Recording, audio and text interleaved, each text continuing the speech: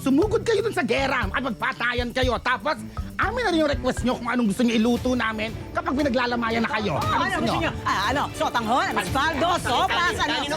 Oh. Konting respeto naman. Kahit konti lang. Mga pinagtatawanan nyo, mga tatay din yung mga yun. Mga kapatid yung mga yun, may pamilya yung mga yun. Tsaka mga kaibigan ko yung mga yun. Tapos pinagtatawanan nyo lang. Ibang hinangad yung mga yun kung hindi protektahan kayo. Ayos ah. Sa mga to.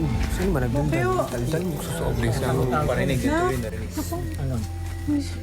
Pagpasensyahan nyo na, ha? Masyado lang siguro talaga nasaktan siya. Hindi. Gets naman namin eh. Pakisabi sorry ah. Ako nang bahala doon. Sige, pagpasensyahan niyo na yung anak ko, ha?